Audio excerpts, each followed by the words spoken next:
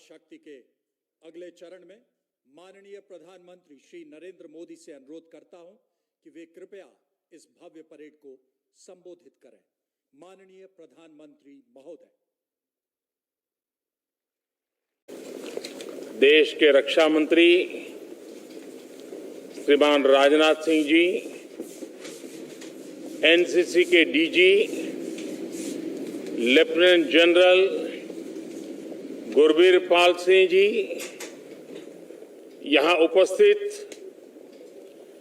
सभी महानुभाव, अधिकारीगण, गणतंत्र दिवस की परेड में हिस्सा लेने वाले कलाकार, एनएसएस, एनसीसी के साथियों, इस समय देश अपनी आजादी का अमृत महोत्सव मना रहा है और जब एक युवा देश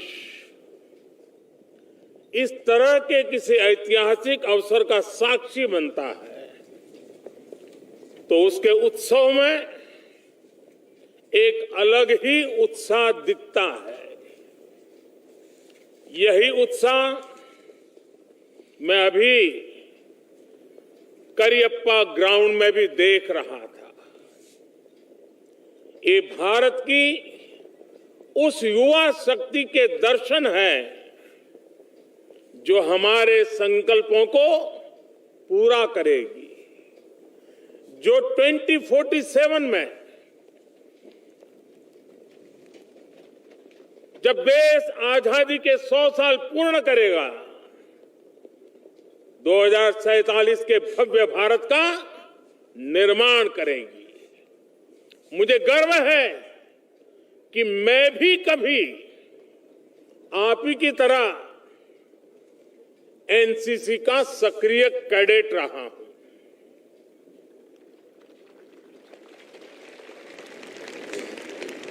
लेकिन जो सौभाग्य आपको मिला है वो मुझे नहीं मिला था।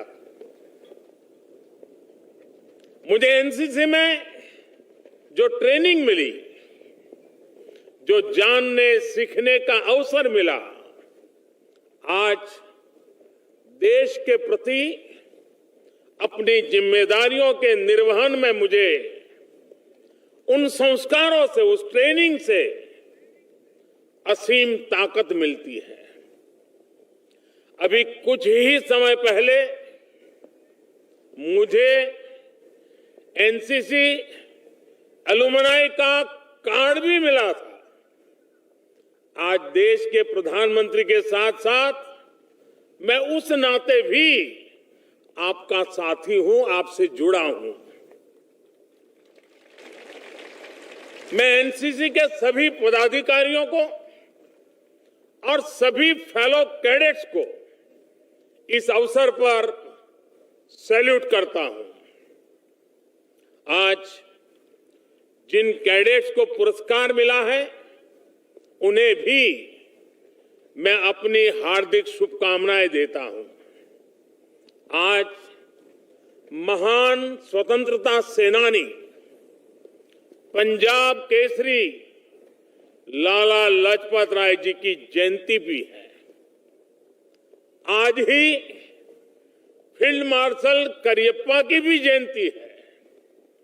राष्ट्र निर्माण में अहम भूमिका निभाने वाले देश के इन वीर सपूतों को मैं आदरपूर्वक नमन करता हूं।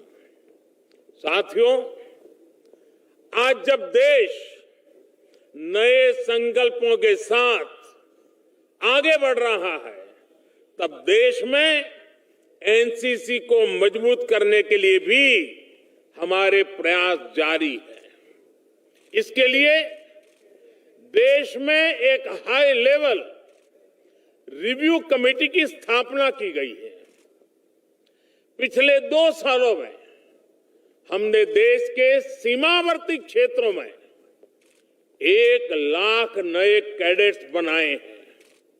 मुझे खुशी है कि एनसीसी कैडेट्स की ट्रेनिंग में सिमुलेशन जैसी आधुनिक टेक्नोलॉजी का इस्तेमाल भी बढ़ रहा है।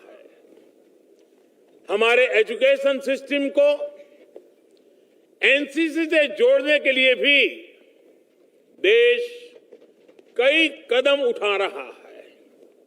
पूरी तरह से सेल्फ फाइनेंसिंग स्कीम के तहत 1 लाख कैडेट्स का विस्तार देश की कॉलेजों में किया गया है। 1 लाख कैडेट्स को लेकर यही प्रयास अब स्कूलों में भी शुरू किया गया है। नई राष्ट्रीय शिक्षा नीति के तहत देश की 90 यूनिवर्सिटीज ने एनसीसी को इलेक्टिव सब्जेक्ट के रूप में भी शुरू किया है। मैं आज यहां बड़ी संख्या में गर्ल कैडेट्स को देख रहा हूं। ये देश के बदलते मिजाज का प्रतीक है। देश को आज आपके विशेष योगदान की जरूरत है। देश में आपके लिए आज अपार अवसर मौजूद है। अब देश की बेटियां सैनिक स्कूलों में एडमिशन ले रही है।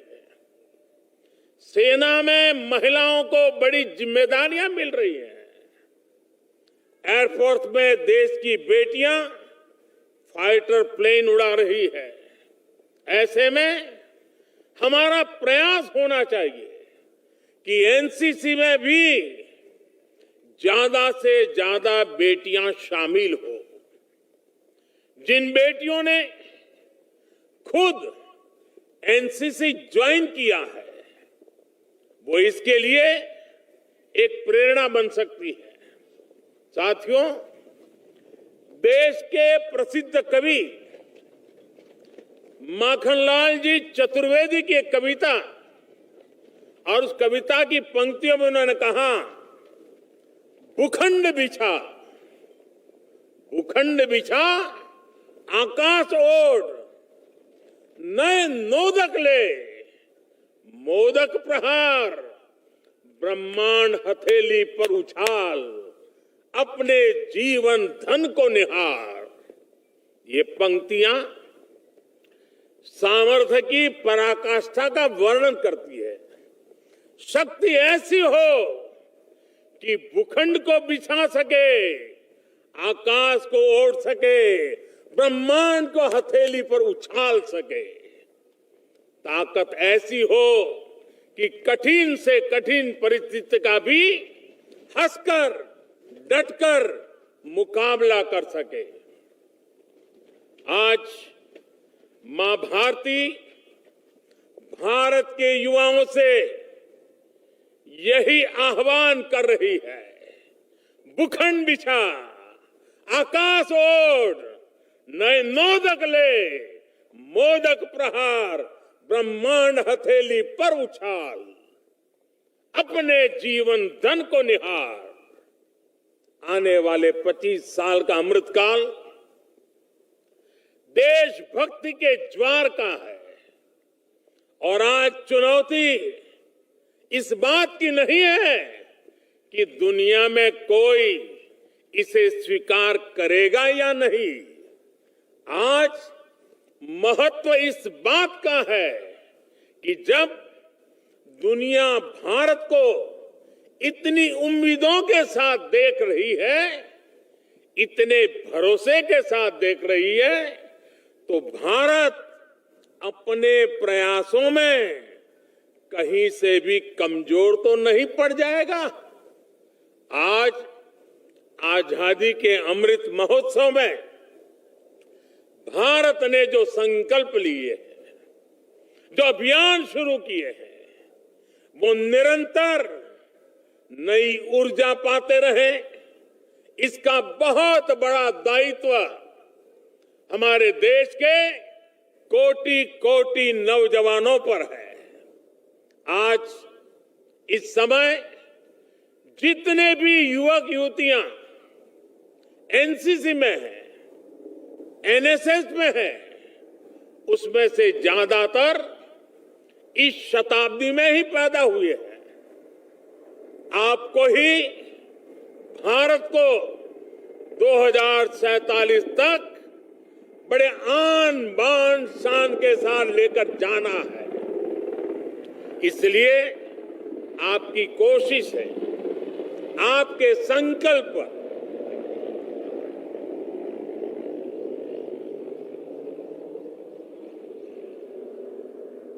इसलिए आपकी कोशिश है, आपके संकल्प, उन संकल्पों की सिद्धि भारत की सिद्धि होगी, भारत की सफलता होगी।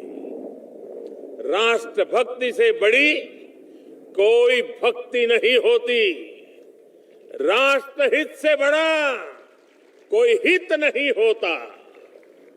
देश को सर्वोपरि रखते हुए आप जो भी करेंगे वो देश के विकास में मदद करेगा। आज हमारे युवाओं ने भारत को स्टार्टअप की दुनिया में टॉप 3 में पहुंचा दिया है। कोरोना के इस संकट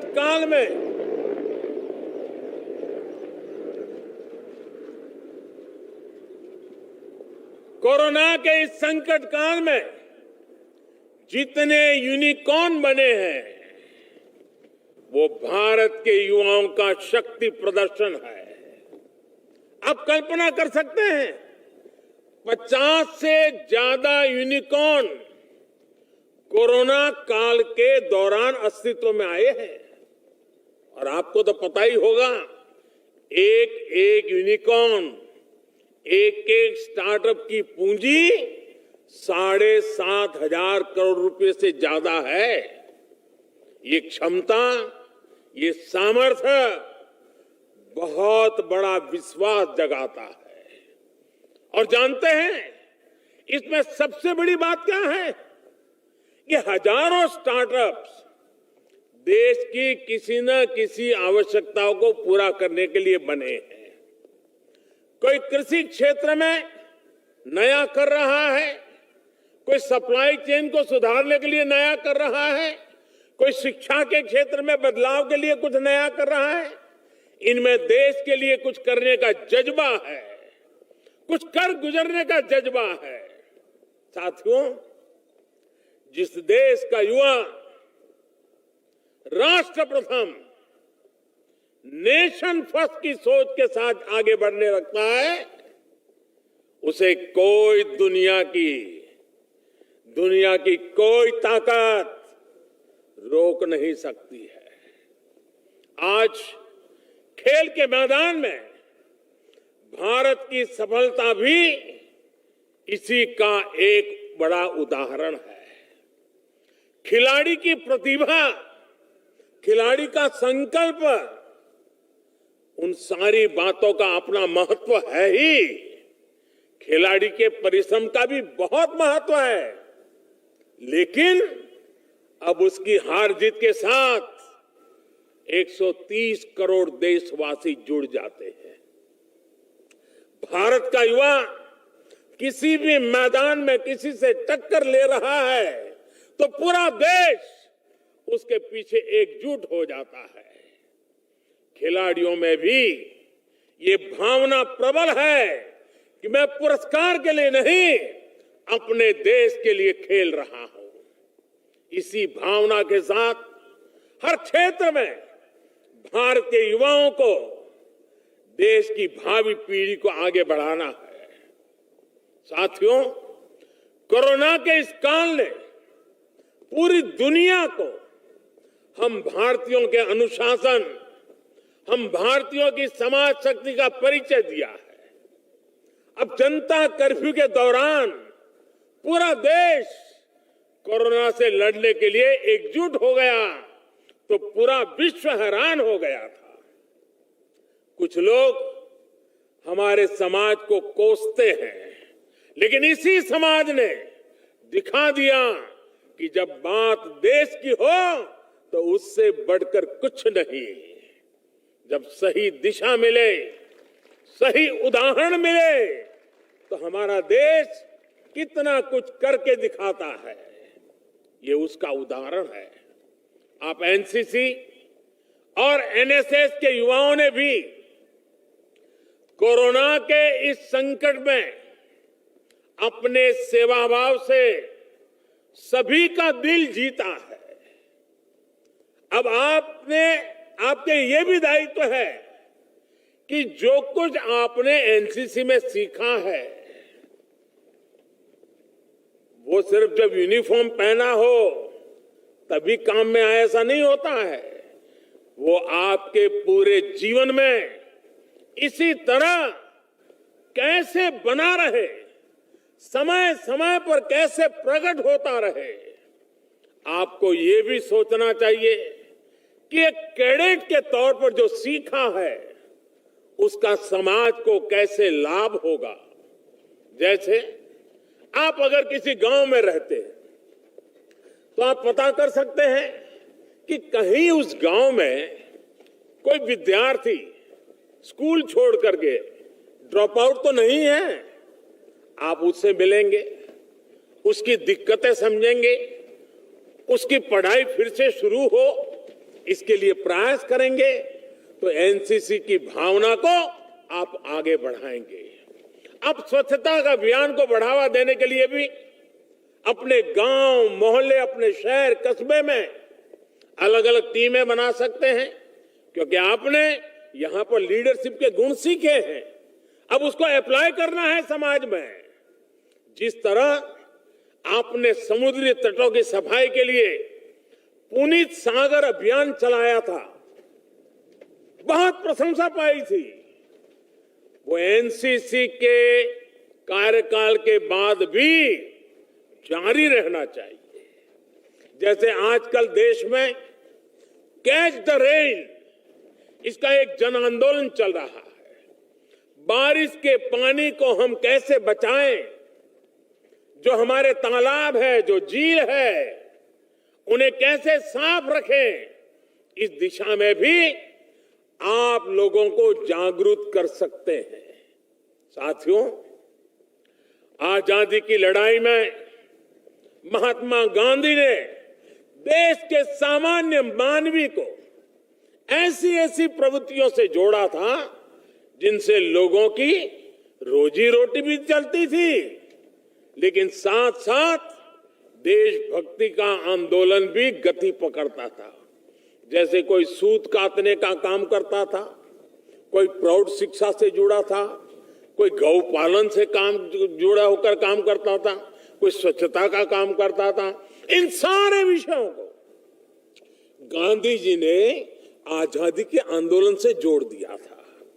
इसी तरह आजादी के अमृत काल में आज से लेकर अगले 25 वर्ष हम सबको, आपको, अपनी प्रवृत्तियों को, अपने कार्यों को देश के विकास के साथ, देश की अपेक्षाओं के साथ, देश की आकांक्षाओं के साथ जोड़ना है।